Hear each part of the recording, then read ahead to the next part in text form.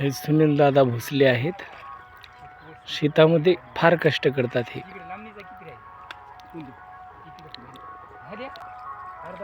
त्यांनी ध्यास घेतलाय की शेतीला बदलून टाकायचे आणि हे वावर आहे 3 एकर. याच्यामध्ये एकरी ते 100 टन ऊस काढण्याचं त्यांचं ध्येय आहे आणि त्यासाठीचं त्यांचं नियोजन, त्यांची प्लॅनिंग, ऊसाची मशागत ही योग्य प्रकारे ते करत आहेत. शेतामध्ये खूप काळजी घेत आहेत शेतीची.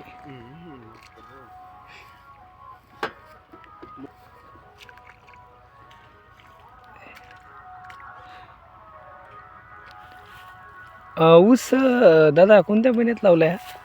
हा ऊस लावला बघा नोव्हेंबरमध्ये. नोव्हेंबरमध्ये पहिल्या आठवड्यात लावलाय काय? दुसऱ्या आठवड्यात लावला. बरं. ऊस खूप चांगला आलेला आहे. कसं नियोजन वगैरे कसं केलेलं आहे? कष्ट करावं लागतं.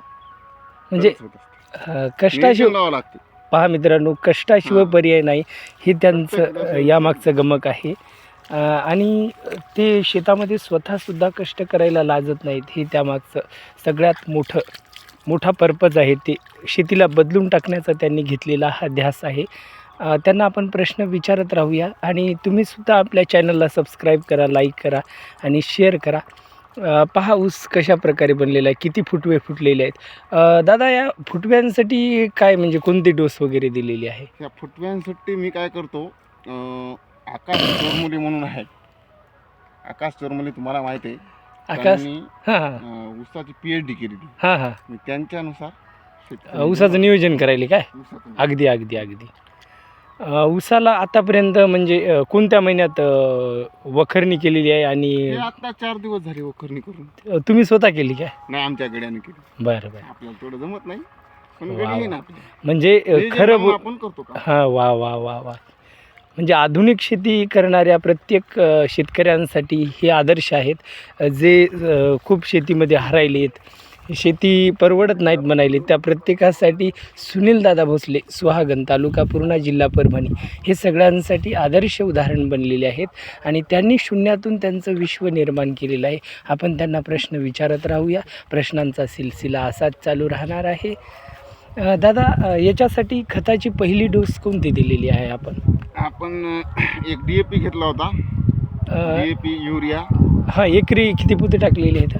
एकरी टाकले आपण 3. म्हणजे कोणते नेमके? हे 3 एकरचा प्लॉट आहे. तर ॲक्च्युली आपल्याला पोते टाकायचे होते 9. पण 20-19 टाकताना हे करताना गड्याच्या न्यायच्या कमी झालं. 8 पोते पडली. 8 पोते पडले काय?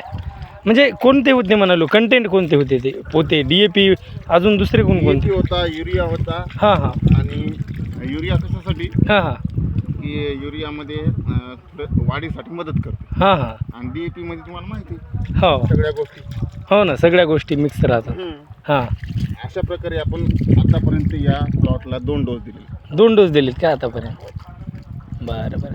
तेच म्हणलं म्हणजे तिसरा डोस 15 दिवसांना देण्यात येणार. म्हणजे एकूण तुम्ही या ऊसाच्या पिरियडमध्ये किती डोस टाकता एकूण आपण का? टोटल म्हणजे ऊसाच्या पूर्ण 1 वर्षामध्ये समजा ऊस जाईपर्यंत आपण 4 डोस 5 डोस टाकतो. वा. पहा शेतकऱ्यांनो, आपण 1-2 डोस टाकायलाच हाईगाई करतो. हे शेतकरी आमच्या गावचे सुनील दादा भोसले 5 डोस टाकतात. विचार करा, शेतीमध्ये जर आपण इन्व्हेस्टमेंट केली तर शेती ही खूप काही देऊन जाते. अजून तुमच्या फॉलोअर्सला एक सांगू इच्छितो. शेती काय करते माहिती आहे का? सर, शेती माणसाला जगायला शिकवते. वा. आखरी विषय होता. शेती माणसाला जगायला शिकवते. शेती हे माणसाचं अस्तित्व आहे आणि मातीतून आपण वर आलेलो आहेत असं दादांचं म्हणणं आहे. आणि खरंच सार्थ आहे हे बोलणं. आणि ते स्वतः कष्ट करतात तरी पण त्यांना कोणतं व्यसन नाही. स्वतः कष्ट करतात आणि शेतीमध्ये जे कष्ट करून नियोजन लावतात आणि कष्टसुद्धा करतात. पण जे शेती परवडत नाहीत असे म्हणतात, त्या प्रत्येकासाठी सुनीलदादा भोसले हे एक उदाहरण आहेत.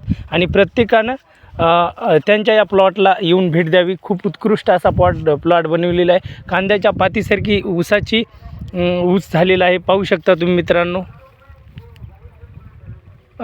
दादा किती दिवसाच्या नंतर पाणी देता तुम्ही? हे आपलं कॅनलच्या रोटेशननुसार आहे. हां हां. इकडे आपल्या पाण्याचं वगैरे काय म्हणजे आधार वगैरे नाही का इकडे? इकडे काय आधार वगैरे नाही. हां हां. तर जेव्हा कॅनलचं रोटेशन सुरू होते हां हां. तेव्हा पाणी. बरं बरं बरं. म्हणजे नंतर मोठा झाल्याच्या नंतर दादा काय आपण ठिबक वगैरे आथरता काय? आतरतोच ना. म्हणजे प्रत्येक टोटल ऊसाला टोटल ऊस किती असतो तुमचा? या प्लॉटला फक्त आतरू शकत नाही. हां हां. आपल्या तिकडच्या प्लॉटला हां हां. तुम्ही येऊन बघू शकता. हां हां. टोटल ऊसाला ठिबक असतात. वा वा वा. म्हणजे कमी पाण्यामध्ये शेती कशा प्रकारे केली जाऊ शकते हे जर पाहण्यासाठी यायचं असेल तर सुनीलदादा भोसले, राहणार सुहागण, तालुका पूर्णा, जिल्हा परभणी यांच्या या गावात या आणि त्यांच्या प्लॉटला भेट द्या. एकदा अवश्य या. दादा इकडल्या तिकडल्या ऊसाला म्हणाले ठिबक आहे, इथं नाही. ठिबकमध्ये आणि या पाण्यामध्ये तुम्हाला काही म्हणजे रिझल्ट काय कमी जास्त काय वाटायला काय? म्हणजे काय कसं असते तफावत काय आढळत आहे? तुम्हाला सांगतो. हां हां. जिथं पाण्याची कमतरता आहे, हां हां. काही काही ठिकाणी पाणी नसते, हां हां.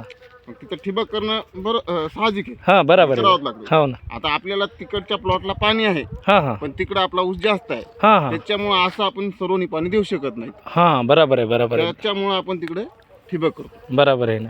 म्हणजे कमी पाण्यामध्ये जास्त उत्पादन घ्यायचं आणि जास्त. हां.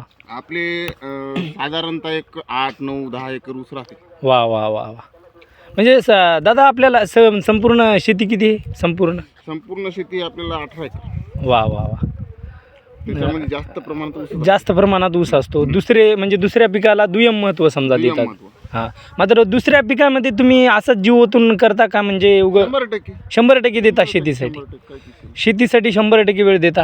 दादा तुम्ही शेतीच करता का फक्त म्हणजे याच्या व्यतिरिक्त दुसरं काही कार्य करता तुम्ही काम? दुसरं काम करतो ना. काय दादा? एक बळीराजा कारखान्यावर आपण काम करतो. बरं बरं. बळीराजा काम कारखाना. करून इकडे काम करतो. वा वा वा. पहा मित्रांनो, पहा म्हणजे 2 काम करीत करीत एक काम दुसरंही करीत करीत शेती करतात. म्हणजे फावल्या वेळेमध्ये शेतीसाठी सुद्धा वेळ देतात आणि शेतीलासुद्धा उत्कृष्ट बनवतात. हे उदाहरण आहे. आपण पूर्ण वेळ शेतीमध्ये देतो तरी पण शेती चांगल्या प्रकारे उत्कृष्ट करू शकत नाही, ही सगळ्यात मोठी खंत आहे. तर मित्रांनो ध्यानात ठेवा, आपण दुसरेही काम करू शकतो, त्यातून पैसा निर्माण करू शकतो आणि त्यातून निर्माण झालेला पैसा हा शेतीसाठी इन्व्हेस्ट करू शकतो. हे उदाहरण सुनील दादांनी इथं आपल्याला चांगल्या प्रकारे दिलेलं आहे. तर आमच्या गावाला अवश्य भेट द्या. हा प्लॉट पुन्हा एकदा पहा मित्रांनो. आणि अशाच नवीन नवीन व्हिडिओसाठी आमच्या चॅनल शुभम भोसले या चॅनलला लाईक करा, शेअर करा आणि सबस्क्राईब करा मित्रांनो. धन्यवाद. जय जिजाऊ, जय शिवराय, जय शंभूराजे.